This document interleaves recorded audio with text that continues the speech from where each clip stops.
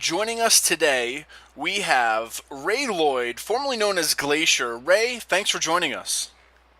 Oh, thank you guys for having me. I appreciate it. Oh, yeah, thank you. So, Ray, let's start from the beginning. Were you a fan of pro wrestling growing up? Or maybe what's the earliest memory you have of professional wrestling? Yes, I was. And in short, I was a huge fan growing up. And I was so fortunate that, I had great parents, and my dad was a wrestling fan, and as a matter of fact, once we got a little bit older, my dad shared with me. I have a twin brother. Shared with us the fact that one of the first things he ever took my mother on was actually to a wrestling match, and I don't think she was too thrilled with that. And I don't think she's ever gotten over it either. She's never really been a big fan of business, but yeah, I grew up in Brunswick, Georgia, which is right on the Georgia-Florida line. Just about an hour north of Jacksonville, Florida. And and that was in, the early 70s when I was a kid growing up in grade school. And so we had the best of both worlds. I mean, we had Florida, Championship Wrestling for Florida that aired on one of the local networks because we picked up some of the Florida television stations. And then, of course, we had Georgia Championship Wrestling. So we got to see both of them. And this is, back in the 3-channel days, so we got, before the super station even kicked in. But, so yeah, I mean, I got a chance to really experience, just some of the real greats, coming up as a kid, and we would go watch wrestling in the Jacksonville Coliseum, which was, which just amazing to me, and yeah, it was the coolest thing in the world to me. I mean, growing up, like I said, I had great parents, so my two childhood heroes were Dusty Rhodes and Evil Knievel. So if you were a kid in the 70s, you knew who Dusty was, you knew who Evil Knievel was. So yeah, and then of course later in my career, I got not only did I get a chance to meet Dusty, I got a chance to work alongside of him for quite a while, and one of the biggest thrills of my life, actually. All right. Now, you were an athlete from a very early age. You excelled in football, martial arts, and even track. Did you ever try amateur wrestling? You know what? Ironically, no. And I certainly would have, but in the school system where I grew up, wrestling, of course, now it's all over, but back then in South Georgia, it just wasn't, even, very few schools even had it. My high school did not even have a wrestling program. So I'm sure I would have participated in it if we would have had it, but we didn't. But the trade-off for me was, when I was about 14 years old, like most kids, I saw a Bruce Lee movie, and I was like, hey, I want to learn how to do that. So the fortunate thing for me was growing up in Brunswick. My parents were both in law enforcement, and so my dad was very, he wanted to make sure that, because there was back then, there was a martial arts going every corner once the Bruce Lee craze hit, and fortunately we had, and what's still there in Brunswick, it's called the Federal Law Enforcement Training Center, where it's a former military base where people come from all over the world to train in law enforcement tactics and stuff like that. So my dad, found out about 2 gentlemen who were teaching that were actually instructors out there, and that's where he sent me. And little did I know at that time that not only would those guys teach me an awful lot, but they became, father figures to me who are still, very active in my life, and they taught me a whole lot more than just, martial arts. Just 2 of the finest men I've ever had the pleasure of knowing, and that's one thing I've always been so blessed throughout my whole life. I was just telling somebody else that I've always had mentors come into my life every time I was getting ready to write that next chapter. Even if I didn't really understand what that next chapter was supposed to be, but yeah. So those guys, they were both great athletes, and they put me through the ringer at an early age, and so even though I didn't have the amateur wrestling, I really learned how to handle myself, on the ground and everywhere else, just through that, and it really did carry over in sports for me. I mean, it made me a much better competitor, and I feel like it made me, a much better athlete just because I was conditioned in a way that most athletes, weren't. And trust me, I was conditioned. I mean, they were firm believers in, the harder you work, the better you get. There you go. And Ray, speaking of next chapters, how did you get into pro wrestling? Was there, any funny story about how that happened? Ironically, yeah, there is. I went, I had, like I said, my buddies and I, we would come over. My house was, the house where everybody always hung out. And like I said, I had great parents. And so through high school, I loved wrestling. Went off to Valdosta State University, which is in South Georgia as well. Played college ball. Of course, automatically aligned with a bunch of other guys who loved wrestling too. And actually, we had a decent sized television station there in Valdosta that broadcast everything, of course, a lot of local sports.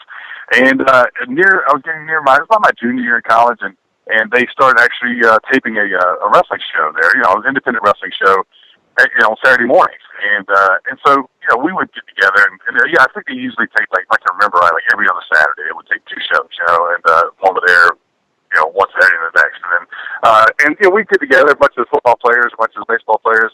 We'd go down there, be in the crowd, act like idiots, like we had no sense, and then just have fun like wrestling fans would. And at that point, I'd never ever entertained being, looking into it as something to seriously pursue. I very much, always loved it. I really did as a fan.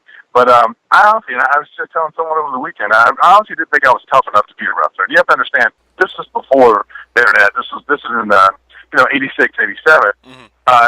And wrestling schools were, they were like a secretive thing. You couldn't just go, say, oh, I want to be a wrestler. Let me go find a wrestling school. And so Fred Avery, who's over the years become a great friend of mine, was the guy who introduced. He was, a big guy, big, like 315 pounds, big burly guy. He was one of the guys that was on the local show there and lived there locally. And, I kind of got to know him from just, working out in the off season at one of the local gyms. And, he kept telling me and one of my teammates, who was one of our best buddies, said, hey, you guys ought to come try this, come in the ring. And I was like, I just kept putting it off, like, nah, man, I'm sorry, it's not for me. I can't do that,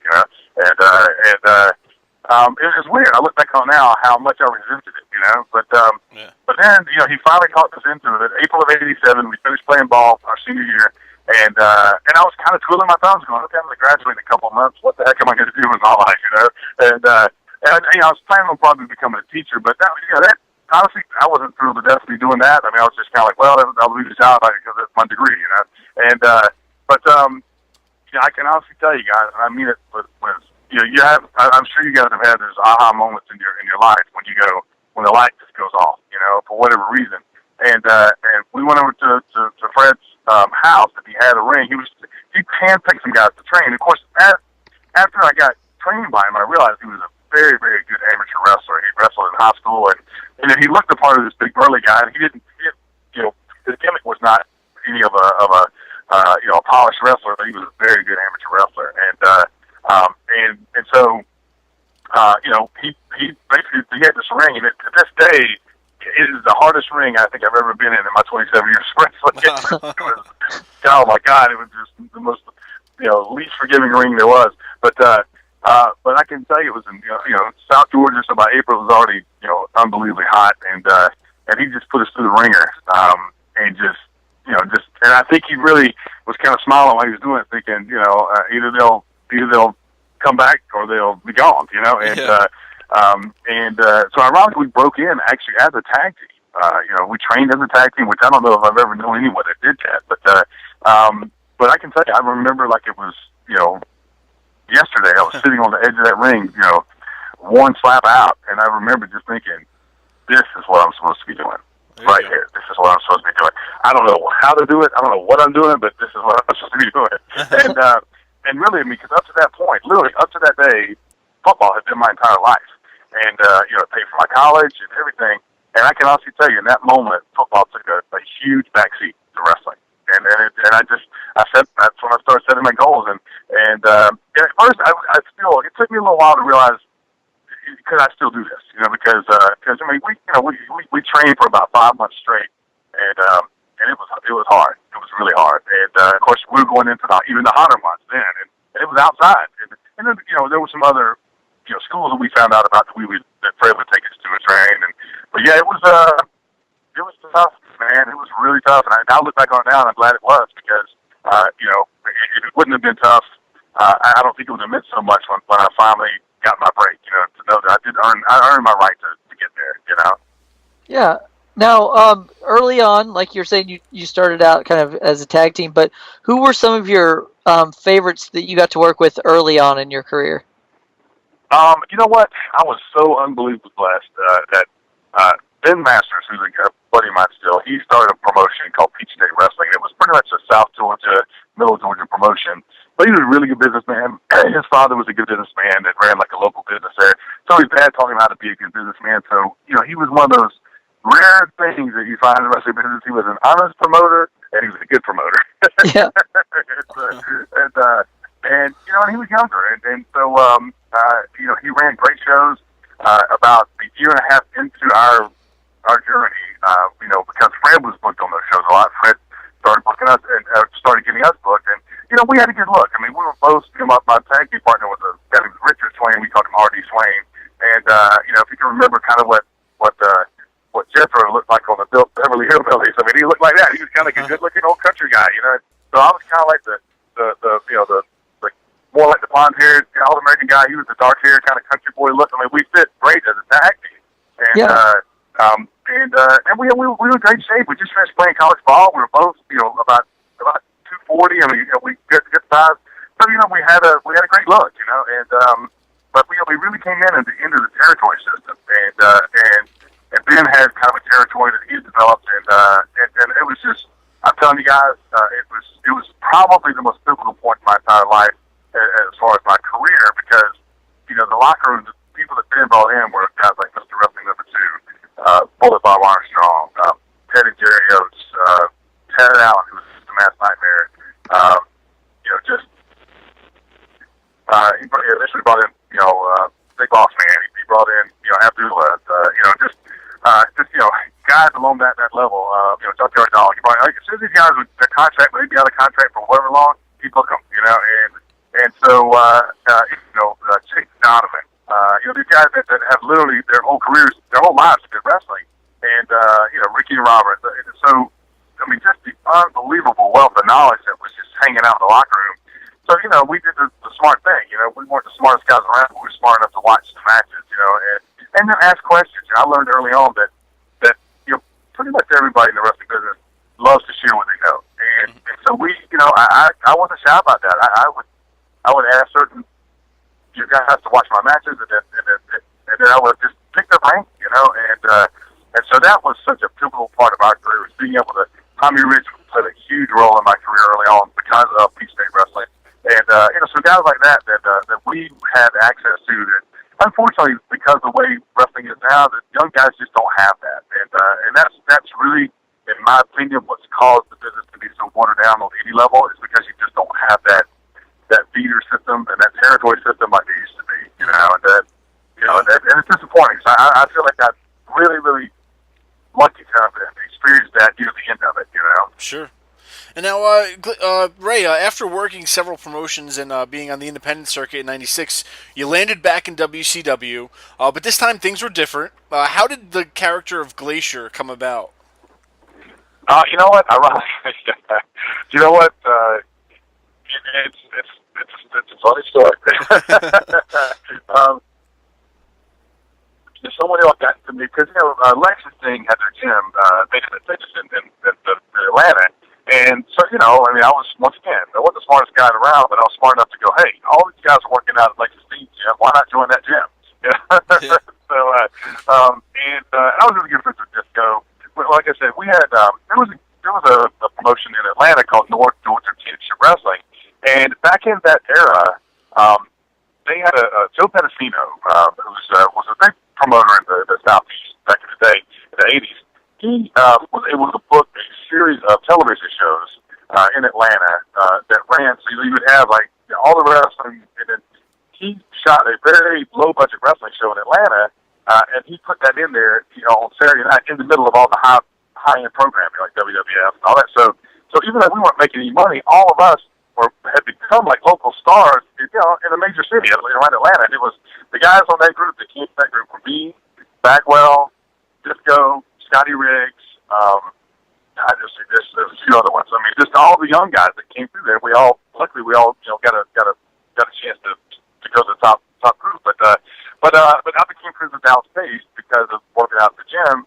and Dallas and I became good friends, and we were. It was in it was in December of '95. We were in the mall in Atlanta, the big Lennox Mall, their Christmas shop, and we were at this pizza place, and we stopped to get a bite to eat, and back when Paige made pizza, it wasn't gluten free, but and I said to Paige, I said, Paige, I said, you were trying to help me figure out what we could pitch to WCW that they might bite on, and I said, I'm thinking about putting some of my martial arts into my gimmick, because I never really had up until that point. And I'll never forget, he's got a mouthful of pizza, and he goes, that'd be great if you knew some of that crap, but he didn't say crap, he said what Paige was saying. And I said, Paige, I said, what are you talking about? He goes, I told him, he goes, you never told me all that. And I go, yeah, man, I'm pretty much since I was a kid. And he goes, Bischoff's into all that stuff. And I was like, no, I didn't know that. And so he says, tell me more about it, blah, blah, blah. Let me go back. Let me tell Bischoff about that. And of course, at that time, they were, he lived right there, 3 houses away from each other. They were good friends. And so anyway, he tells Eric, and unbeknownst to me and unbeknownst to Paige, Eric had already started formulating this idea based on what Turner, and this is how it was always presented to me, is that Turner had a strong interest in taking the Mortal Kombat theme because of the popularity of Mortal Kombat in the mid-'90s and saying, hey, can we bring this type of entertainment to the wrestling ring and capitalize on it? And so I guess Eric had already been, for a while, kind of looking for where he could maybe go with that. And so Paige set up a dinner right after he told me there. And Eric said, well, let's get to the holidays, and I'll meet with him, and we'll see, what comes of it. And, at that point, I'm just thought, okay, well, I'll meet with Eric and have a conversation. Who knows where this will go? And, so anyway, we went to local steakhouse, just Eric and I. I think Paige, if I can remember, I think Paige was there, and he kind of made the introduction, and he left. And then, for about 3 hours, all Bischoff did was just proceed to grill me up and down about the martial arts industry and blah blah blah blah blah. But actually, we hit it off pretty good. At least I thought we did. We had, I thought, a great conversation. And literally, at the end of the conversation, he looks at me. He says, Ray, and this is how quick it can happen in the wrestling business. He says, Ray, he says, I like what I see, I like what I hear. I'd like to sign you to a contract with WCW. And wow. After I picked myself up off the floor, I was like, okay. And he said, I'll never forget him asking me, he says, are you still wrestling on the independent wrestling scene? And I said, yes, I am. And he says, I want to pay you to disappear, completely disappear from the wrestling scene, indie wrestling scene. And I looked at it, I remember just going, but as straight as places I could say it, I was like, I can do that.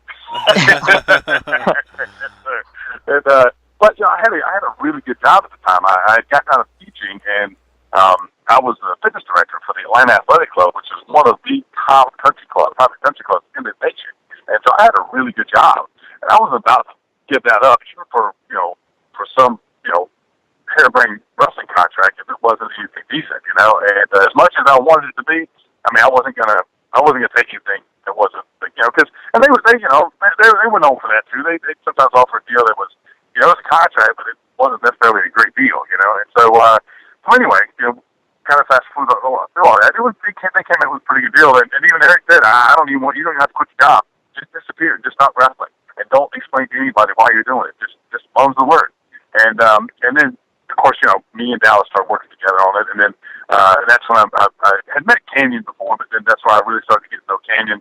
Dallas started putting things together and going, okay, well, he could be the first heel in this, and then I was good friends with Brian Clark, because once again, he was in that indie group that we all started together, and he'd gone off to do Adam Bomb, but he's back in Atlanta, and he just finished that, and he was a free agent, and then Eric, Ernest Miller was friends with Eric, and he actually was Eric's kid's karate instructor. So in the fast forward version of that, that's how all four of us came together, and then we started actually the best and probably the funnest part about it is I actually introduced Eric to Andre Friedens, the guy who owned AFX Studios, which is the guy who ended up getting contracted to make all of our costumes. And I think at the end of the day, Andre made out better than any of us.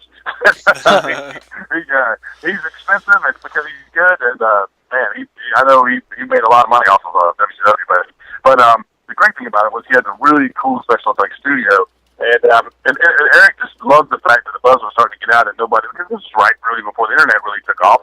So people had no way of knowing who were the characters, what it was going to really be about. So Eric was just leaking out a little bit of information at a time, and we would have these these midnight meetings at the AFX studios. And I tell you, that was to me probably the funnest part of the whole thing, was us keeping that a secret and knowing where it was going. And everyone in the wrestling, I don't know if everyone, but a lot of people were starting to buzz about it, because you don't have people, anything in the wrestling business that that people think is newsworthy is going to start. You know how the ripple effect goes. It was.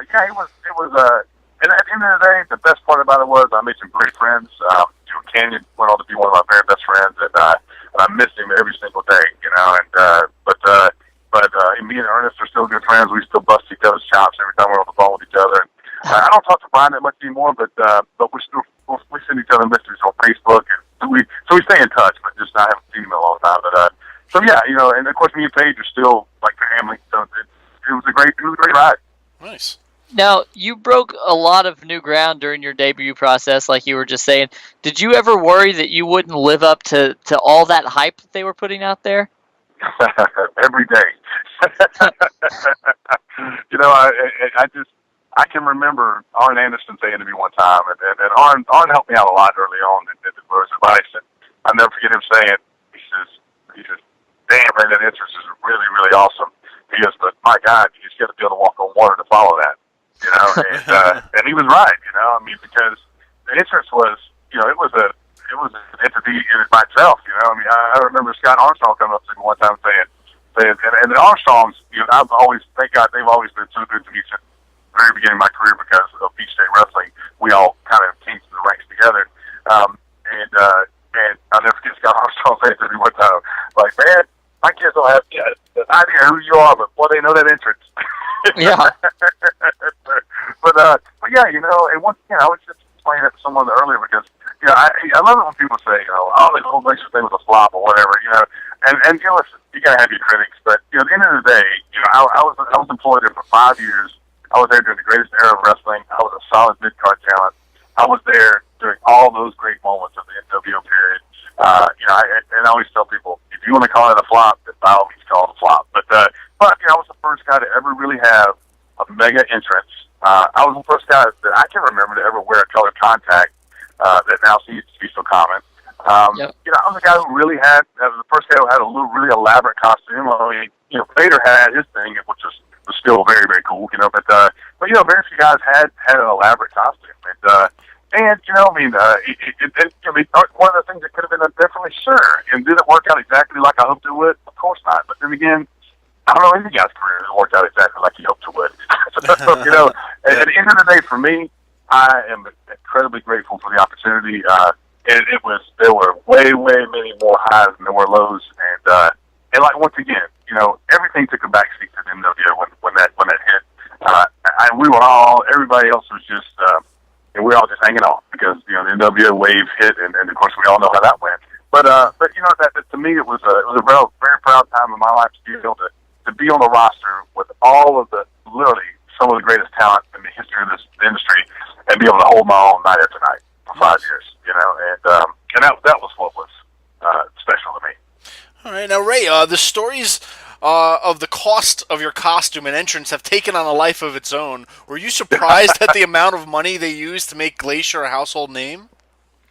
You know what? I wasn't surprised at what Andre charged them, because that new Andre. But yeah, you know what? I was. But it was weird. I mean, it all happened so fast at that time. And Eric, I've never seen anyone who just seemed so 100% committed to doing something. He was like, tell me what it's going to cost, put it in an invoice, and get it to me. And it was just like, this is going to happen, no matter what it costs, we'll do it. We spare no cost. And over the years, I've become really good friends with Keith Mitchell, who was our producer, and who's now executive producer for TNA.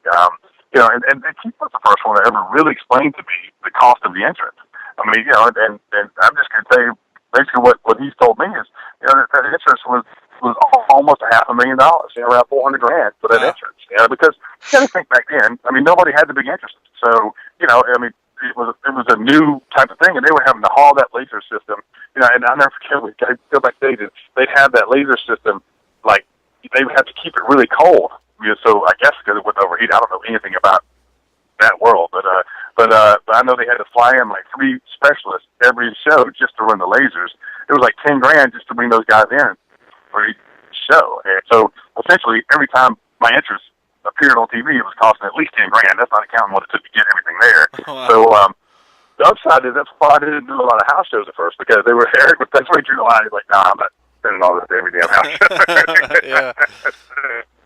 But it was it was I was surprised, but then it was the level of commitment that Eric seemed to have for it was we kind of shook our head, and of course. Yeah, back then, I mean, that wasn't the only thing Eric was spending a lot of money on, So, he seemed to be able to justify it, and I was, I made a commitment that, Paige had gone to bat for all of us, the 3 of us. Eric brought in Ernest, and and because of Paige's drive and determination and work ethic, we just got on board with that. We're like, you know what? No matter where this goes, it won't fail because we didn't put everything we had into it. If it doesn't work, like it's supposed to, well, then so be it. But it won't be because we drug our butts around and didn't do what we were supposed to do. And so yeah, it was a full commitment on our end. I mean, we trained at the power plant. Every day that we weren't on the road, we were expected to be at the power plant, and that's because we really were answering to Paige on all this. And Paige, that's the kind of work ethic Paige had, and that's why Paige had the career he had eventually. And so we there was a lot of work going on that people didn't realize that we were having to do behind the scenes. Not having to do, but we had dedicated ourselves to do it. And we just said, this is most people don't get that one shot, and so that was our thing. We get this one shot. The one thing that we'll not be able to say is that we didn't work hard enough to make it happen. And so yeah, we did. And it became our full-time obsession. It was everything came after that. I mean, everything in our lives, everything. I mean, it was eat, sleep, breathe, putting this thing together and presenting as best we could. So, and at the end of the day, I was proud of it. I really was. I mean, like I said, I've had people say to me, well, and I get where they're coming from. They say, well, it seems like it would have been a great thing if it would come along about 1.5 years or 2 years earlier. And you know what? Because it was a little bit more of the, quote unquote gimmicky period then. But and I thought, well, maybe. But 1.5 years, 2 years earlier, we didn't have Nitro, and we didn't have a lot of the talent that came in, and over the next 1.5 to 2 years. So yeah, at best, it might have been nothing but a Saturday night gimmick. On TV. Yeah, maybe, but maybe not. So my thing is, I don't question those types of things. I just say, hey, you know what? It was what it was, and we worked as hard as we could to make it as good as we could. Now, you were in the WCW locker room during what's been named now the Monday Night Wars. What was the atmosphere like in the locker room on those Mondays? I mean, there were several times when Eric would have a meeting, in catering, and say, he almost seemed, I don't want to say he seemed obsessed, but he seemed very determined, to continue to beat WWE in the ratings. And that was just a big thing. It was just like, we have to one up it. We have to one up what we did last week. I appreciate what you did last week, but we have to one up it. And that was hard. I mean, for us, I know in wrestling, especially at that level, you tend to have, your cliques. And that's just because the wrestling is not a very trusting business. And so, any industry, really. I mean, but, so you have your group of guys, and our group was, we always kind of affectionately called it the FOP, the Friends of Paige. And, so a lot of times we got heat just because we were friends of Paige. But you had your group, and so a lot of it, at least in our eyes, it was happening so fast that we were just trying to make sure we didn't screw up and lose our spot, So everybody was just, at least in our group, we were looking like, hey, all we can control is what we can do. Whatever else happens. We have to go out there, and the time that we have to make sure that we're getting people to watch us on the channel as opposed to what may be on that other channel at that time. But yeah, I mean, it was fun. It was fun for a while, and this is my opinion. I mean, it was fun for a while to be beating WWE in the ratings, but then it got to a point where, in my opinion, a couple of things. Once again, we got to a point where no one really knew who was steering the ship. You know, I mean, there were supposed to be people with certain titles, but that didn't seem to be really happening. And then, you know, then there were times, I can honestly tell you, and I don't mind saying it, but there were times when it was so unpredictable and out of control that, I mean, literally, we would be 10 minutes away from going live on the air, and the board would not be out yet. You know, or it would go out, and then they'd pull it back, and then you'd be like, well, okay, am I still on fourth or am I not? You know, or whatever. And you know, and so that it got to be really crazy, and I think a lot of that was because certain people got so caught up in you know, let's beat WWE, and rather than let's put out the best product we can put out and let them put out the best product they can put out and let the viewers decide. You know, and I wish that's what it would have been, because that would have been, everybody would have won, mainly the wrestling fans. You know, but it kind of, you know, let's face it, I mean, this business is chock full of egos, and you know, eventually the egos started kind of, you know, taking over, you know, and not agreeing on things, and then, you know, the show suffered, you know, and then the fans are the ones that lost out on that. Yeah. Now, you worked with Bill Goldberg during his streak, and as a matter of fact, I believe you were number 105. You were you were injured during that match, but continued on. Is that kind of dedication missing in professional wrestling today, you think?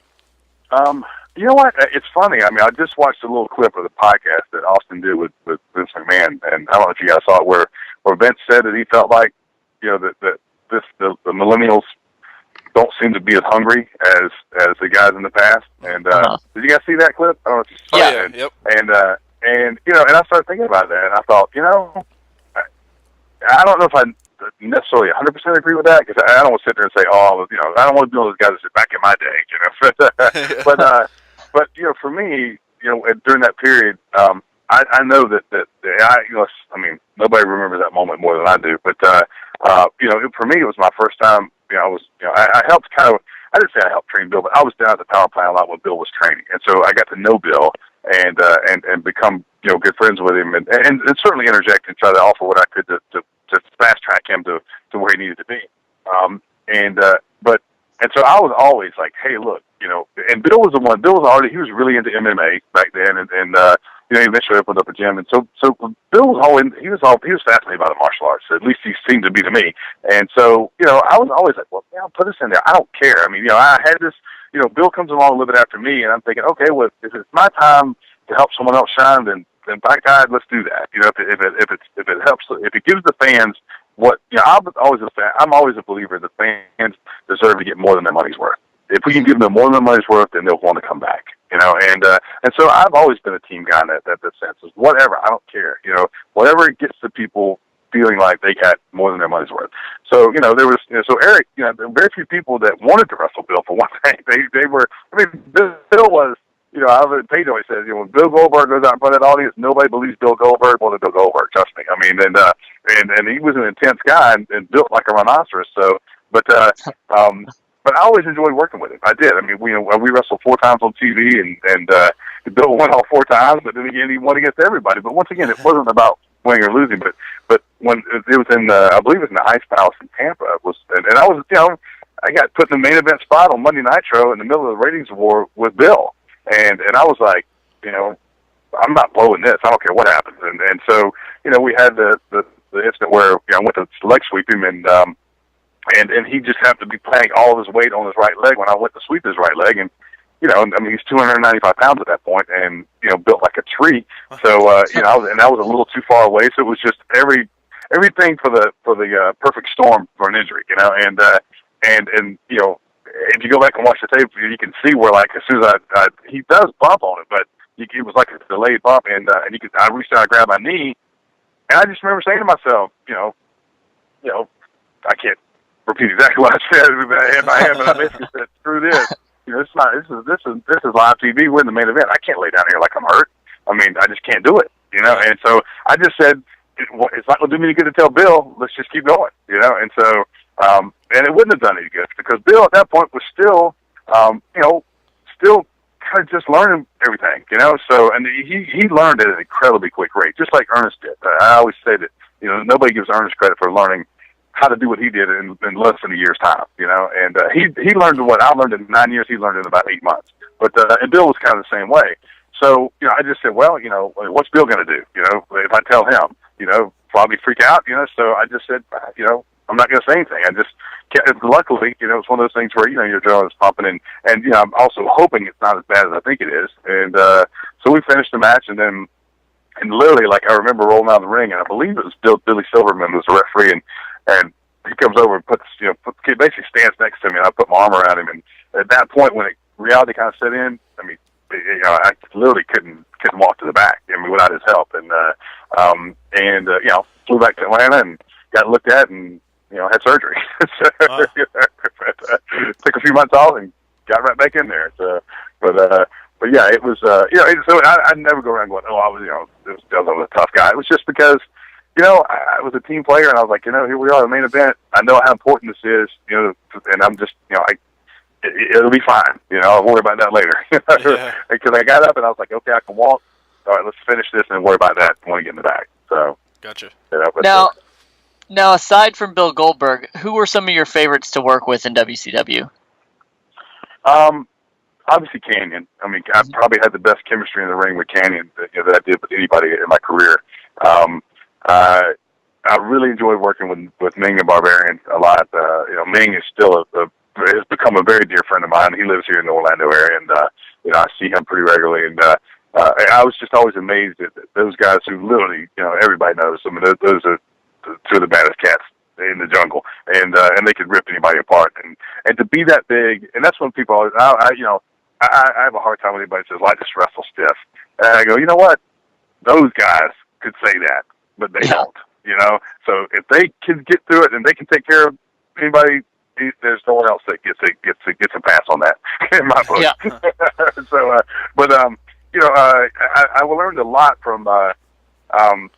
I learned a lot from Terry Taylor, over the years, even though I didn't end up wrestling Terry a lot. But Terry always seemed to be there to be someone to give me great advice. I really enjoyed working Perry Saturn. Perry's as tough as every bit as tough as everybody thinks he is. But I got to see the personal side of Perry, and we Perry and I were never what I would call best buds, but we all kind of traveled in the same circle together, and because he had a martial arts background and I had one of me, we were able to experiment and do some things in the matches that most other people weren't willing to do with each other. So I always felt like Perry and I had great matches. We had I felt like we had a really good mutual respect for each other. So we were able to kind of push the envelope some, which was nice. And but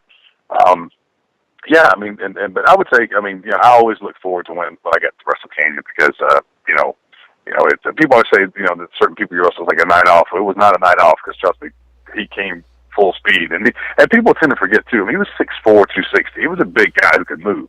So a lot of times when he hits you, he hits you. but we just we were in sync. We just things just clicked, and it was always. I just knew that we were, like I said, I just knew we were always going to get the fans something really really cool, and then that was always something to really look forward to. Sure. Now, after WCW was sold to WWF, did you ever have a desire to work for Vince, or how did you feel about that whole situation? Yeah, actually I did. I actually was in discussion with him. The funny thing is, and once again, I credit Terry Taylor for this. Dusty had left WCW and actually started at Turnbuckle, and I was helping Dusty with that and enjoying that. Because once again, he was my childhood hero, and so it was really cool helping him, kind of start to build that. But of course, I had to be kind of careful because I was still working with WCW, and they didn't want me doing too much with Dusty. But Dusty was able to kind of get some, it's Dusty, so he was able to get some, get a few passes for us that normally you wouldn't be able to get. So, but yeah, I remember. I said I could call Terry because Terry had been up there in the office and then he was finishing up with WCW, and I said, Terry, I'd like to at least throw my name in the hat and talk to him and see, because Orndorff had always told me, one of your goals should be to always work for both companies by the end of your career, not burn any bridges, and so I thought, okay, well, even if it's a short run, I can check it off the list and say I did it, and so I said to Terry, he said, "We're going to put a tape together, send it to them." And I said, "All right, well, what do they look for?" And he came up with the best idea. he said, find a local, place here who's professional, studio. And I found one. And he said, why don't you go in? He put together a highlight reel. And he said, let me see it. And so I showed it to him. He said, that's great. He said, but you can't just send him that. He said, you want to put an intro of you on the beginning. It's just, just letting, introducing, the highlight reel. And then he came up with the idea. He goes, I'll tell you what. He goes, why don't you do the Buzz Stern character, introducing the Ray Lloyd Glacier character in the highlight reel. And it, I thank God. I mean, I had so much fun with it. And I remember I sent it to Kevin Kelly, and he was working for WWE, and he actually called me, and he even said, like, I got to ask you something. Is the guy who's introducing the video, is that you, or is that somebody else? I said, no, that's me doing it because of Buzz Stern thing. And he said, that's really ingenious. And of course, I gave Terry credit for it. And so anyway, he took all that, and they came back with an offer, with a proposal for me to do a state trooper gimmick because of my dad's history as a state trooper, and actually my mom and my brother and everything. And and there's another story for another day, I guess, but one that I've never really told publicly. But in the end, what happened was, believe it or not, I mean, there was a part of me that was tired of being on the road and everything. And even though, I mean, I loved it, there was still a part of me that kind of, you kind of yearn for that time off to say, can I just have a normal life for a while? And but I still wanted to be involved in wrestling because it was still my passion. It still is. And I knew the schedule in WWE was worse than what we had even. And so I'm kind of pondering that. And then I had a heart to heart with Dusty, and Dusty said to me, "Hey, look, I want you to do whatever you feel is best for you, but I'm doing this, and if you decide not to go there, I'd love for you to come work with me and basically help me build this." And then I got offered a teaching position at one of the biggest high schools in the Atlanta area, which is Laster High School, which is where Cody was going to school. And one of my best friends who had wrestled with me in Japan was Steve Day, who was the wrestling coach, who was Cody's coach. And he basically came to me and said, "Hey, look, we have a position open up. If you want to go back to a normal life, it's a good position, and you can help me coach, football, wrestling, and then you help Dusty on the side." And it just, for whatever reason, at that time, it seemed like a more appealing offer. I kind of wanted a normal life. And so, and the money wasn't really there from what WWE were offering. I think it was very fair, but for me to go on the road with that schedule, I felt like I needed more. Whether I was worth more to them, obviously, I don't know, but it just, it didn't seem to match up at the time. So I passed on the deal. And once again, I don't think it was ever necessarily a serious offer on their end. It was just something we were both kind of entertaining. And there's a part of me that wishes I would have always done it just to see. But in the end, I got to work with Dusty, so there's no regrets on my end. And eventually, help train Cody, which is really special. Nice. Now, you've also tried your hand at acting.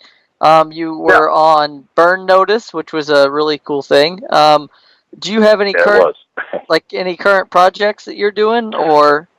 Yeah, actually, I've actually worked on a couple of films that are getting ready to come out. They're independent films. One is called Attack of the Morningside Monster. It's getting ready to come out.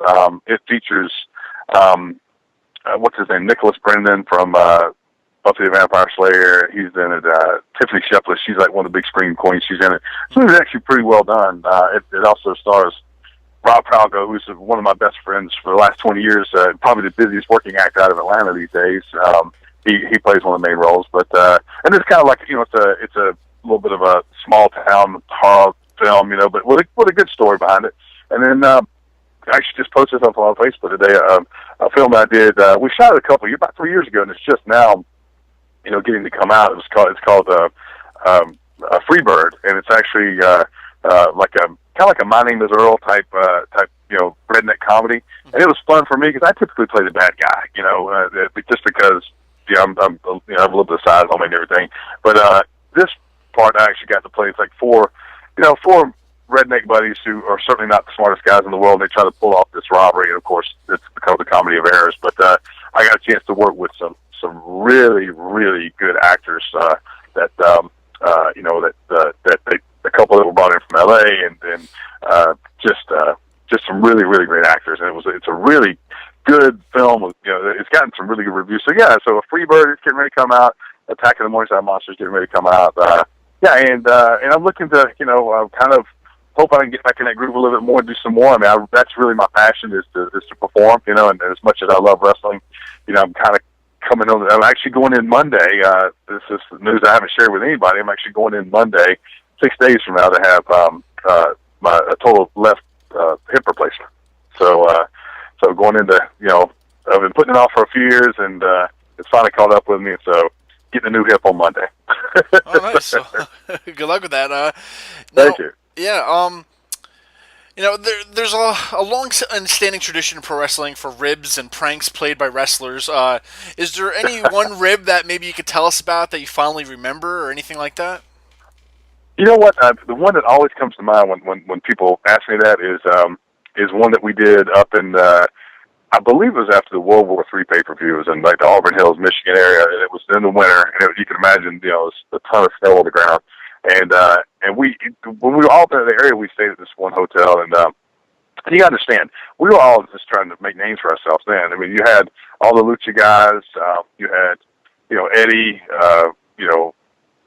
Chavo, Jericho, all the Flock, all those guys. I mean, we were all, we were just all mid-card guys then, And so one of the most entertaining, and I don't know if you guys never had him on your show, he'd be great to have on. There's Tim Mitchell, who did the James Vandenberg, who managed Canyon, Morrison Raft. Mm-hmm. Still a very good friend of mine. You're talking about a guy who's got a great life. He runs a little karaoke business down here in Central Florida.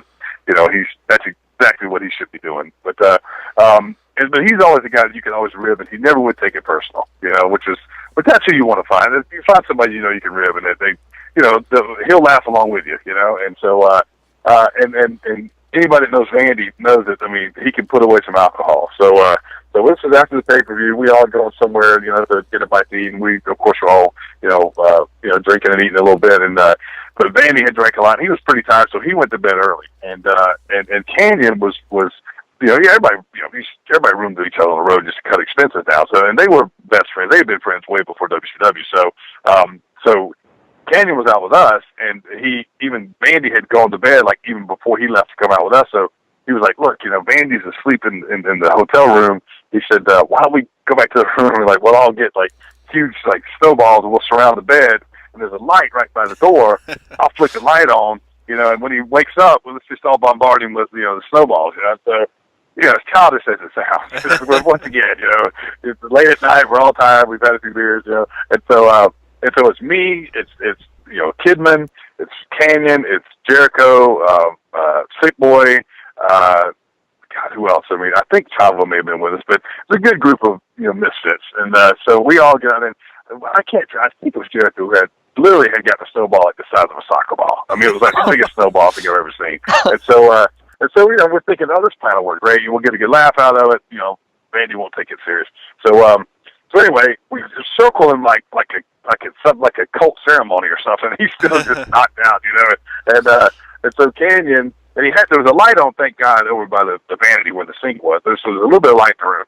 So Canyon says, "Okay, on 3, I'll cut the light on." And when he wakes up, everybody throws his stuff off. So he goes 1, 2, 3. Well, he cuts the light on, and the light was not connected to that switch. So of course, everybody yells. Vandy sits up. So you can imagine, we all bombard him with snowballs. Well, here's the guy who's half drunk, who all of a sudden is getting bombarded with God knows what because it's dark, and he sees a bunch of dark figures around him. So you can imagine he just goes absolutely nuts, And he gets up, he grabs the phone, he rips it out of the wall, and he starts slinging it at everybody, And he literally jumps up, and he didn't have his hair pulled back, so he literally looks like a caveman with the hair everywhere. And he goes, he has on just his underwear, and he's just going, ah, ah, ah. We're all on the floor just dying laughing, and finally he just stops and he looks at us and he tosses the phone on the bed and he just goes, all you guys go after yourself. And he just walks in, goes to the bathroom, takes a pee, goes back, literally shakes the sheets, knocks all the snow off, and rolls back under the sheets and goes to bed. That's a clean version of a rib, I can tell on the show. All right, nice. But yeah, but Vandy's one of those guys. Thank God he never took the ribs first. So. Now, in recent years, like with the WWE Network and all that stuff, they've made the Glacier character kind of the butt end of some jokes, and talked about how Oh it yeah. was not a great gimmick or whatever. You know, I would assume you don't take that personal, but do you ever? What are your thoughts when people do that? I guess. You know what? I go back to the old adage is that any publicity is good publicity. And honestly, I kind of enjoy it because I look at it like this. WWE. I think I kind of have like this I don't know, this odd relationship with them because they called me up like 2 years ago and I did the Where Are They Now segment on WWE.com. I've always had a great relationship with whoever I run into, from Howard Finkel on down. And Paige said it best. Paige said, history is written by the winners. They won, so yes. they get to write the history. So they're going to always take stabs at me and everybody else in WCW. And so my thing is like, hey, you know what? They're still putting me on. They're rerunning Nitro. They're rerunning the pay-per-views that I was on. They're giving me a second run. And so I really just take it with a grain of salt. I remember a few years back when they did the WrestleMania edition of the WWE magazine, and I was the guy that month in the section they used to do called "Oh No You Didn't." And they would, and I remember someone called me up and going, man, that's got to piss you off. I mean, they say stuff like that. I said, you kidding me, man? I go, they give me a half page worth of exposure in the WrestleMania edition of their magazine. It's all how you look at it, man. It's all how you look at it. So, yeah, I don't take it personal because it's not personal. What they're doing is kind of, taking their stabs at the gimmick. And hey, I get it. I mean, I get it. But the bottom line is, like I said, I got a chance to make a living at not only the highest level, but at arguably the greatest period of wrestling ever. And the great thing was that, the thing that our goal was, it was Eric's goal, and I believe we did this, at least during that initial run, is we presented something that was basically, very, character-driven, so to speak, but we were instructed to play it very straight. And we did that, and so we never made fun of it. And I think that's the thing I'm most proud of, is that we never turned it into anything that was just stupid. At one point later, when Russo and those guys came in, once again, it was Terry Taylor's idea for me to come back and do the thing with I've been hit the head too many times. With Norman Smiley, and we had a lot of fun with that, and that's what Terry said. Hey, look, you know what? Why don't we bring you back and maybe to the point where you bought into it so much that you actually think you're a superhero. Let's just have some fun with it. And it allowed me to kind of be a little bit of a comedic heel. And then of course when I did the Buzz Stern thing, people got to see me as a heel.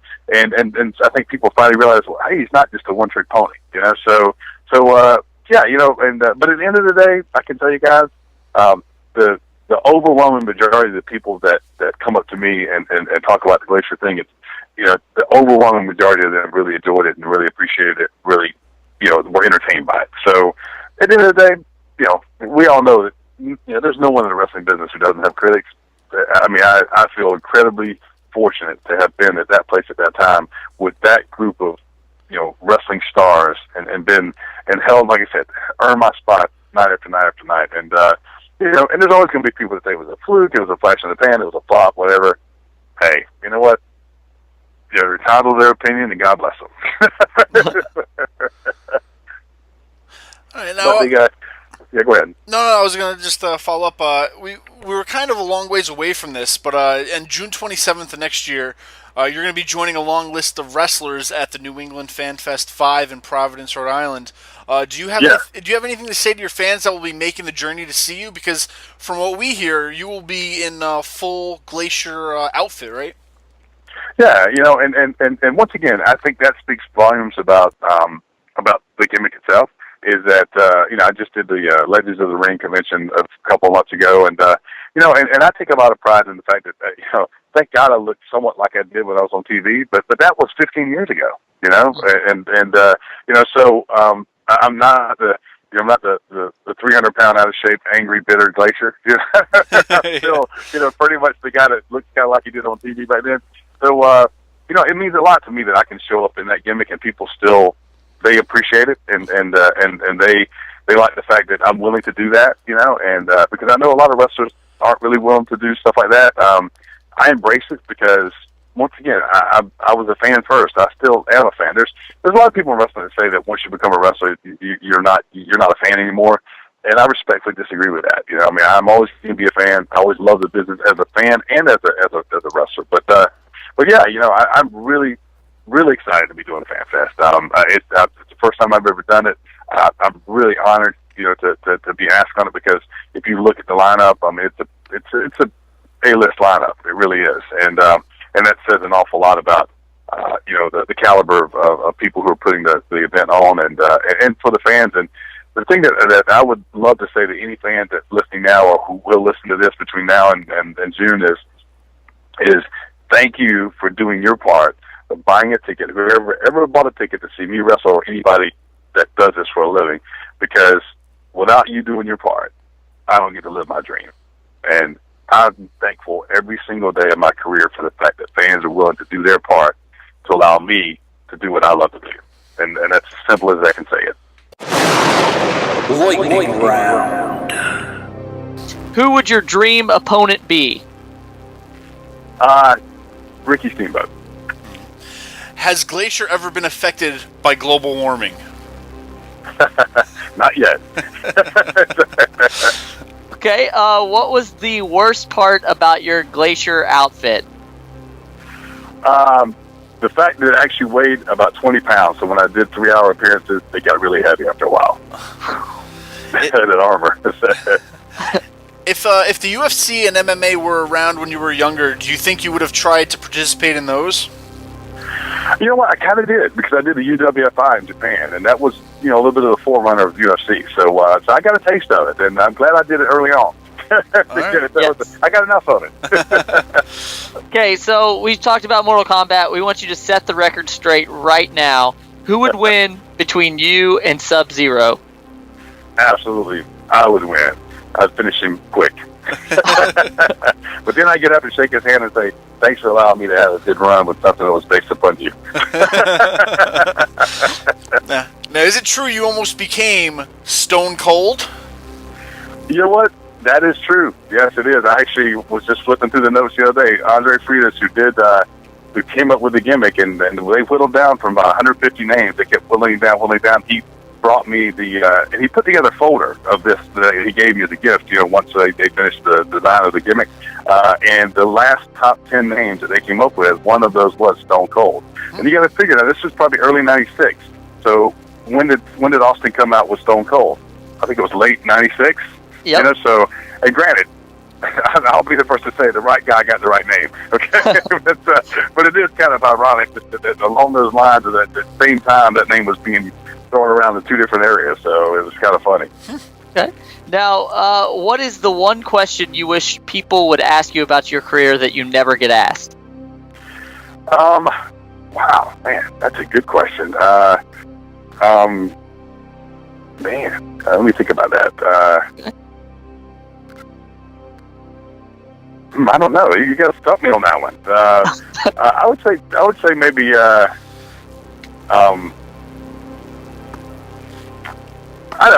guess probably the fact that I wish people would ask me more, like what else, you know, what's my other passions outside of wrestling? You know, even though it is a big passion of mine, you know, learning is a big passion of mine. I got to end up getting a master's degree in education. A lot of people don't know that I grew up with a severe learning disability, dyslexia, and so my first few years in elementary school, I really couldn't read. And so once I learned how to read, it became a very, very valuable thing to me, and that's why education and reading is so very important to me. So that's one thing I wish people would maybe talk to me more about, because I'm really proud of what I was able to do with that even before wrestling. All right.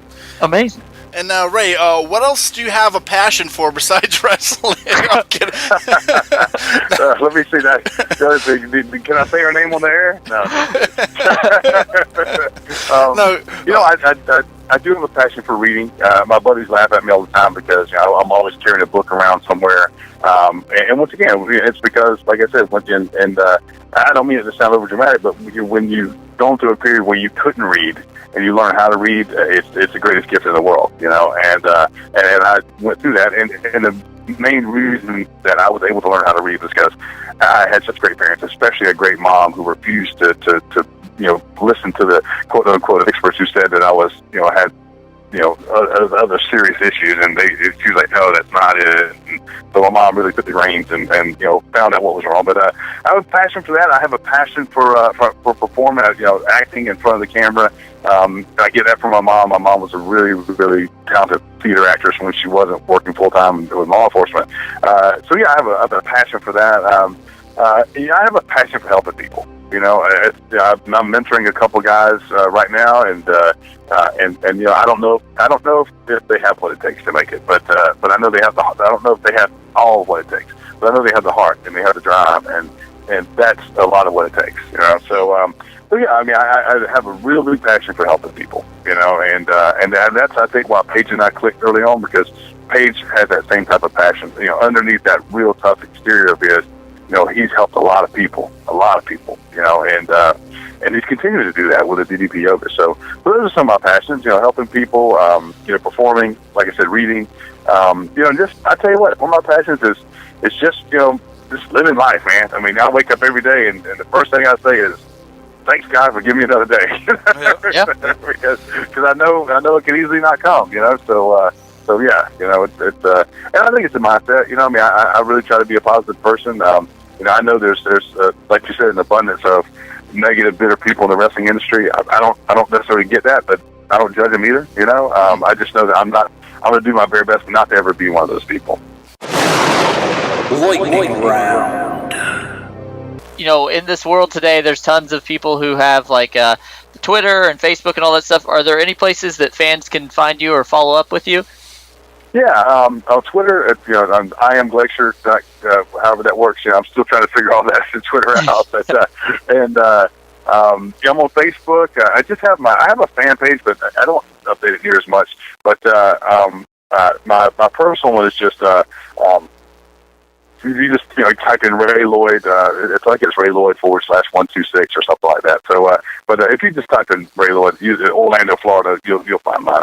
It comes up pretty easy. But I've had a website in the past. I don't have it up anymore. I'm in the process of putting a new one up that's going to actually showcase everything else that I'm doing. And I will tell you guys this is stuff that just recently came about. I can't say a lot about it right now, but I'm in the works of working on something that I've always had a passion for, wanting to leave my mark in the wrestling industry, other than just, what I did in the ring. And I can just tell you guys this much, and I'd be happy to put you guys on the top of the list of when I actually can say more about this, is I'm in the process of working with some very high caliber people, one very high caliber person in general, specifically, who's not in the wrestling industry, but someone who is a very, very big name in bringing something to the wrestling industry for the wrestlers. And when I can say more about it, I promise I'll say more about it, but I can't say right now, but it is a very, very potentially good thing. All right.